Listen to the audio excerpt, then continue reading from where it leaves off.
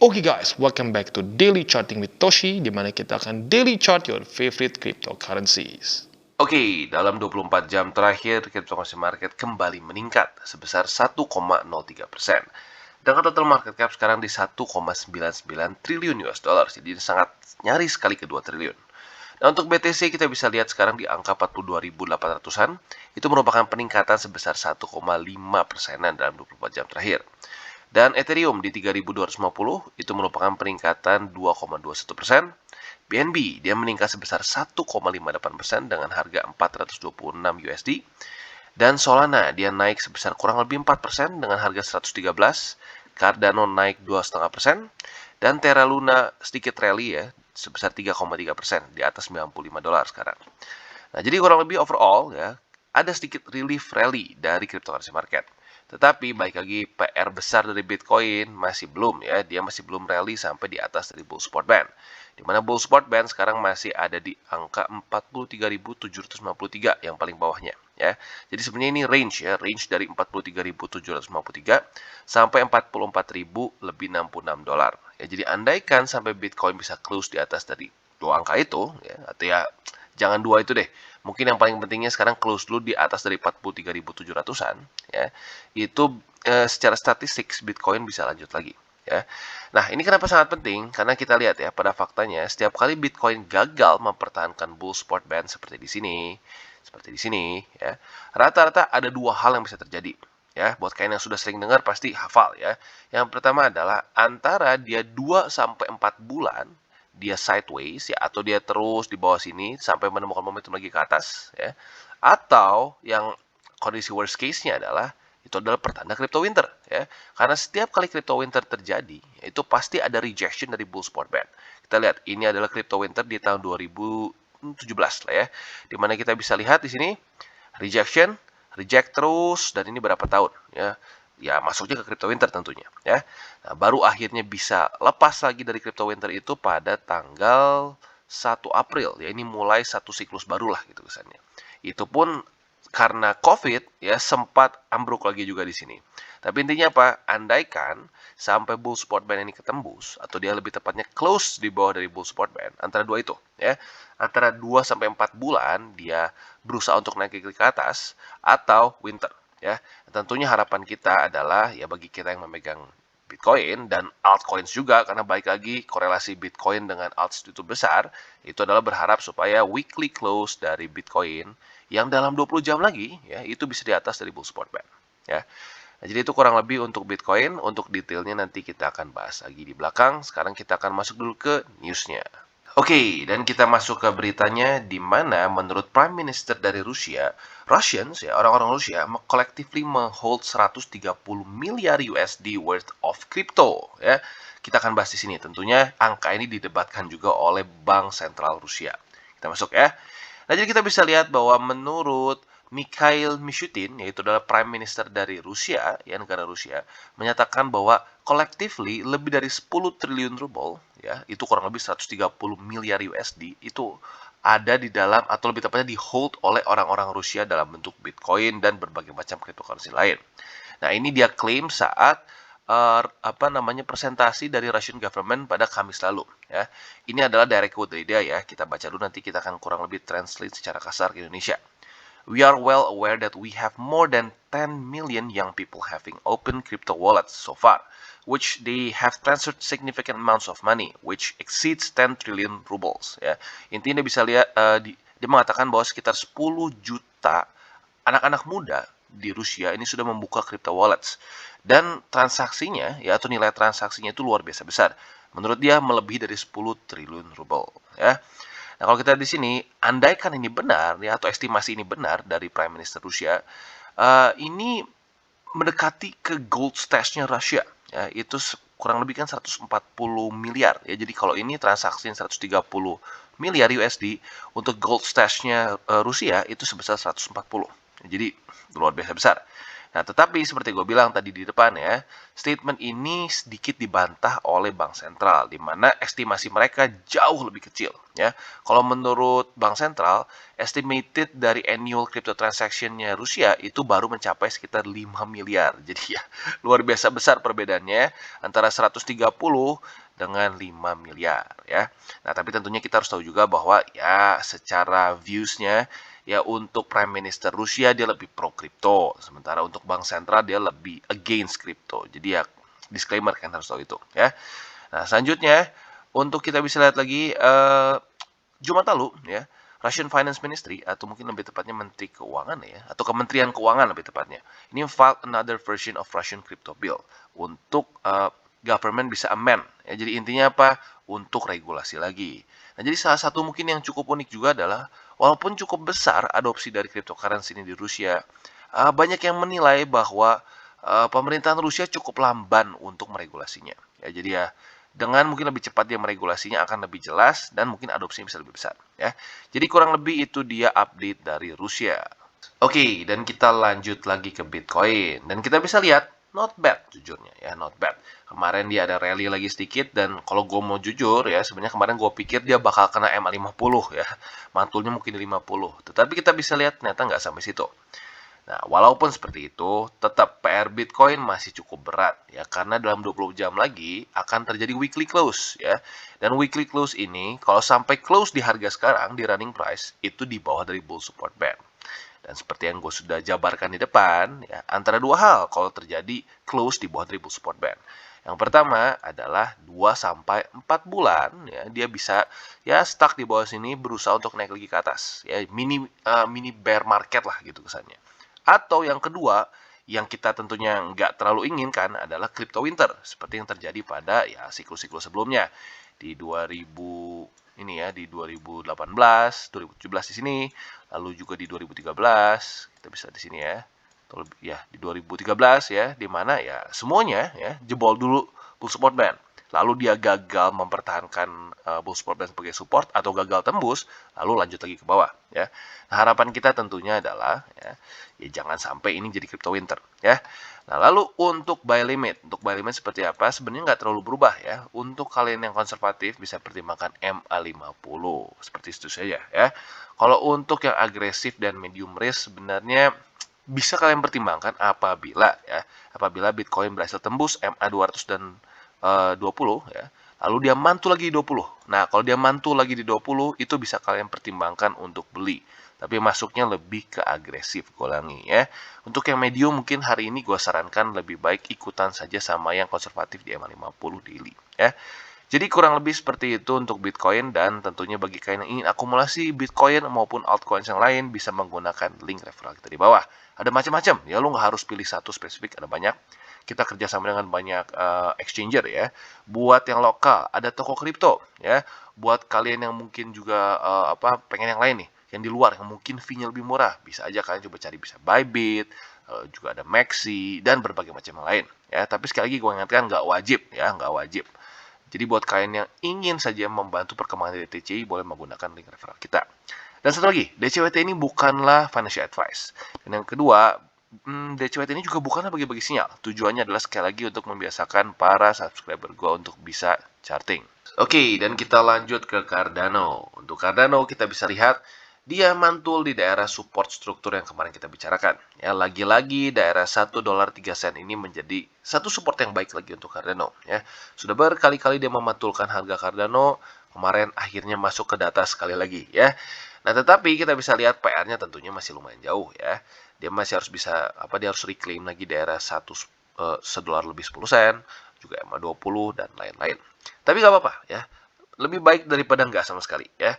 Nah, jadi untuk sekarang Cardano sebenarnya buy limitnya masih kurang lebih mirip ya. Buat kalian yang konservatif ya bisa pertimbangkan untuk di $1.03 ya. Mungkin konservatif dan medium risk lah ya. Nah, kalau untuk high risk sebenarnya bisa saja kalian pertimbangkan apabila ya Cardano berhasil rally ya, tembus MA20 ya, lalu terpantul lagi. Kalau dia terpantul lagi, kalian bisa pertimbangkan untuk beli di pantulan MA20 ya. Karena ini pertama kali tes nih. Ini pertama kali tes Cardano ke MA20 di 4 hourly chart. apabila dia berhasil menaklukkannya, nah itu bisa jadi pertanda yang baik ya. Tetapi keep in mind juga bahwa di sini ada satu resisten yang kemarin cukup menghalangi Cardano untuk naik ya, yaitu di dalam $1 lebih 10 sen. Jadi semoga saja apabila dia nanti terpantul di 20 di 4 hourly chart ya, dia bisa menaklukkan lagi $1 10 sen ya. Jadi kurang lebih seperti itu. Untuk yang high risk bisa pertimbangkan apabila dia berhasil menaklukkan MA20 dan terpantul lagi di 20 yang mengkonfirmasi 20 sebagai support ya. Itu buat yang agresif. Nah, buat kalian yang lebih masuknya ke konservatif bisa balik lagi pertimbangkan di daerah $1 lebih 3 sen. Dan yang medium risk juga bisa di situ ya. Jadi kurang lebih seperti itu untuk Cardano, dan baik lagi kalau menurut gue sih, Cardano lebih ke gue berharapnya BTC nggak ngedrop. Ya kalau BTC nggak ngedrop, Cardano punya peluang buat lanjut. Tapi kalau BTC ngedrop, Cardano sepertinya nggak tahan dengan dropnya BTC ya. Jadi kurang lebih seperti itu untuk Cardano. Oke, dan selanjutnya kita masuk ke Solana. Kita bisa lihat not bad ya, not bad. Dimana kemarin Solana terpantul di daerah $110 lebih 5 sen. Ya, jadi ya baik lagi, ini menunjukkan bahwa garis-garis ini nggak random. Ya. Tergantung dari momentum. Ya, apabila momentum dari Solananya terlalu kuat turun, ya tembus supportnya. Tapi andaikan momentumnya nggak ekstrim, ya, dan apalagi kemarin kita bisa lihat nih ya, BTC kemarin nggak lanjut lagi drop. Nah, kalau BTC lanjut lagi drop, kemungkinan besar ya Solana akan tembus ini. Nah, tapi pada faktanya enggak kan, akhirnya lanjut lagi ke atas. That's good. Nah, tetapi PR dari Solana sayangnya satu tidak diselesaikan, yaitu adalah kemarin menembus MA20 di daily. Kemarin kita bisa lihat dia retest tapi gagal tembus. Nah, jadi PR-nya kita geser ke hari ini ya, yaitu dia harus bisa menembus MA20 di 4 hourly chart, di daily ya, di daily. Dan bukan cuma nembus tapi close di atas dari MA20 ya. Jadi itu kurang lebih untuk Solana untuk PR-nya ya. Nah, tapi untuk buy limit kurang lebih masih mirip ya. Jadi buat yang mungkin masuknya lebih konservatif ya, bisa pertimbangkan di daerah $110. Nah, untuk kalian yang lebih agresif ya, sebenarnya bisa mirip-mirip seperti Cardano nih. Apabila dia bisa menaklukkan MA20 di 4 hourly chart dan dia mantul lagi ya, menaklukkan close di atas, mantul. Nah, pantulan ini yang bisa kalian pertimbangkan untuk beli untuk yang agresif sekali lagi ya. Jadi sekali lagi ya, untuk yang agresif bisa pertimbangkan apabila dia menaklukkan MA20 di 4 hourly chart dan mantul lagi di 20 ya sebagai support, itu untuk yang agresif. Nah, untuk kalian yang lebih ke konservatif ya bisa kembali lagi pertimbangkan daerah $110 yang kemarin sudah cukup memantulkan Solana ya. Tapi buat kalian yang udah punya posisi yang kemarin udah pasang nih ya jangan pasang lagi. Kalau dipasang terus ya average-nya di atas itu terus ya. Jadi kurang lebih seperti itu untuk Solana, dan baik lagi menurut gua kuncinya sih justru ya nggak di price action dari Solana sendiri, tetapi lebih di price action dari BTC. Apabila BTC bisa close bull support band dengan baik ya, bisa di atas dari 43.700-an, menurut gua peluang Solana untuk lanjut itu besar. Ya karena baik lagi teorinya adalah saat BTC di bawah dari bull support band, altcoins akan suffer ya, secara harga biasanya dia akan lebih parah turunnya daripada BTC. Nah, tetapi vice versa, apabila altcoins atau lebih tepatnya BTC ada di atas dari bull support band, biasanya altcoins performanya akan lebih baik. Ya, bahkan some altcoins bisa outperform BTC. Ya. Jadi kurang lebih seperti itu untuk Solana. Oke, dan selanjutnya kita masuk ke Phantom. Dan untuk Phantom kita bisa lihat ternyata kita nggak update sehari atau 2 hari ya, dia langsung jebol kemarin. Dia sempat jebol daerah $1 lebih 28 sen ya kalau kita buletin ini ya. Kemarin sempat jebol, dan sebenarnya ini satu struktur yang cukup penting ya yang dia jebolkan kemarin ini. Karena ini adalah struktur yang terakhir yang membawa Phantom ya untuk kembali lagi nyaris ke new all time high di sini. Walaupun nyaris ya, nggak sampai all time high.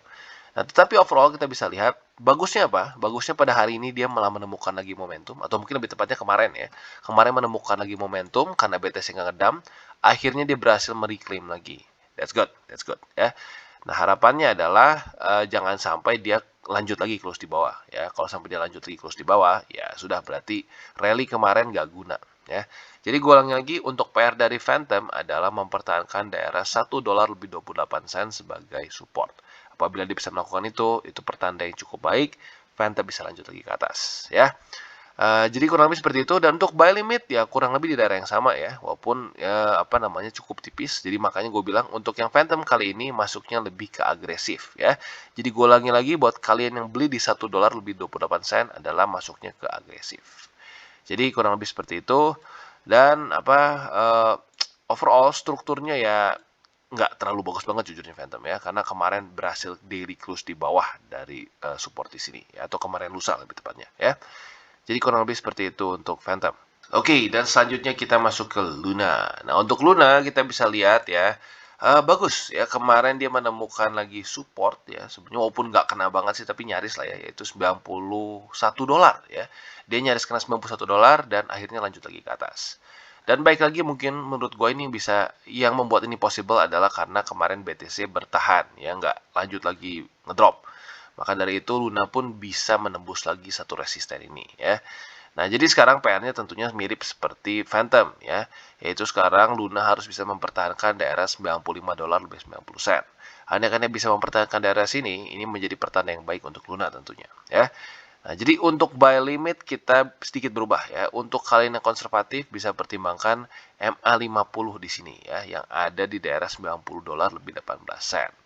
Nah, untuk yang agresif ya, itu sekarang berubah di daerah $95 lebih 90 sen. Kemarin kan agresifnya di 91, sekarang kita naikin jadi ke $95 lebih 90 sen ya. Jadi kurang lebih seperti itu untuk Luna. Dan overall ya, walaupun drop Luna cukup menyeramkan kemarin ya, dalam 3 hari ini kita cek ya, 3 hari ini tuh dia dropnya sampai 20% lebih ya. Tapi ya secara struktur masih cukup oke, karena dia minimal nggak tembus daerah sini ya, daerah 91.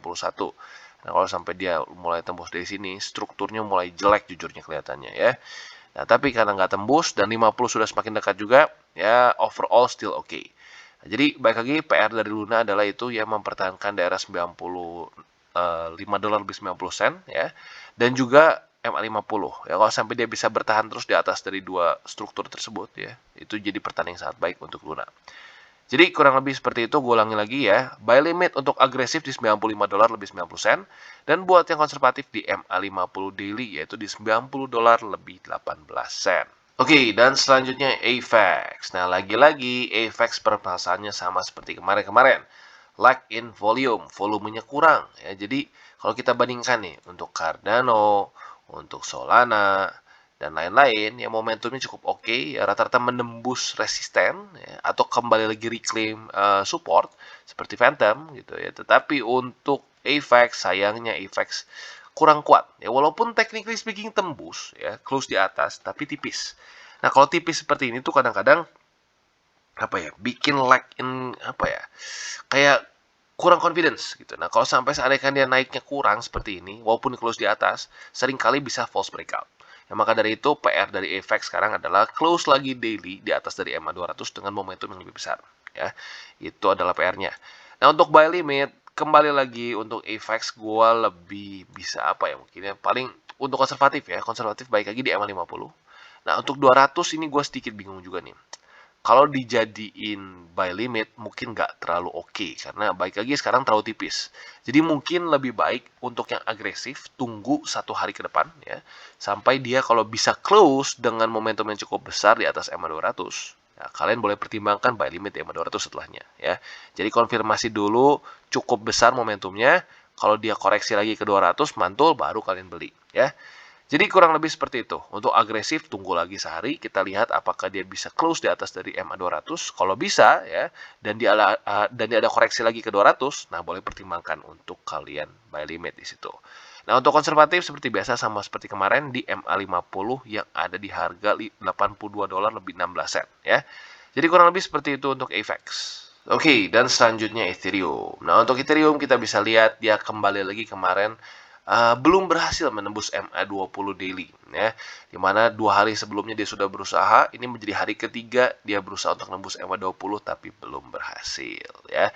Nah, tetapi dari struktur candlenya atau bentuk candlenya not that bad untuk hari kemarin ya, dia masih bodinya masih oke ya, nggak ada wick yang terlalu ekstrim ke atas, jadi nggak ekstrimly ke reject, walaupun 2 hari sebelumnya ke reject dengan jelas ya. Nah, jadi kita bisa lihat setelah Ethereum kemarin pada tanggal 6 April itu breakdown ya, yang menembus dua support ya, support di 3280-an sama MA20. Sekarang Ethereum struggling untuk menembus lagi daerah situ ya. Dan satu lagi hal yang harus kita perhatikan adalah volume. Sayangnya volume Ethereum masih cenderung terus turun. Ya, jadi itu satu lagi juga. Dan untuk resisten sekarang mereka confluence ya MA20 di daily dengan struktur 3283. Nah, semoga saja ya pada hari ini apabila ya Bitcoin bisa rally dan sampai dia bisa close di atas dari bull support band, menurut gue Ethereum bisa ketarik dan nembus dua resisten ini. Ya, tapi kalau Bitcoin gagal untuk close di atas dari bull support band ya, ada kemungkinan Ethereum bisa ke reject daerah sini ya. Jadi kurang lebih untuk Ethereum ya otomatis jelas ya, PR-nya adalah menembus daerah 3.283 dolar yang basically sekarang ada MA20 dan juga struktur di sini ya. Nah, semoga saja ya, lebih ke Bitcoin sih gue jujurnya. Gue semoga saja Bitcoin bisa close weekly di atas. Kalau sampai dia berhasil close weekly di atas, ini pertanda yang sangat bagus untuk alts juga in general ya. Alts pun termasuk Ethereum ya. Jadi kurang lebih seperti itu, dan untuk buy limit bisa pertimbangkan kurang lebih di daerah yang sama kemarin ya, yaitu di daerah 3.000 lebih 81 dolar. Itu masuknya mungkin ke konservatif sampai ke medium. Nah, kalau untuk agresif bisa aja, tapi baik lagi, ini masuknya ke high risk ya. Kalau kalian beli di MA20 di sini, tadi itu baru close di atas ya. Jadi bisa technically speaking, tetapi baik lagi resikonya cukup besar karena mendekati kedua resisten, yaitu di 3.293 plus MA20 yang basically di daerah yang sama, di 3.276 ya. Jadi kurang lebih seperti itu untuk Ethereum. Dan tentunya baik lagi ya, sekali lagi harapannya mungkin kalian sudah sedikit bosan mendengarnya.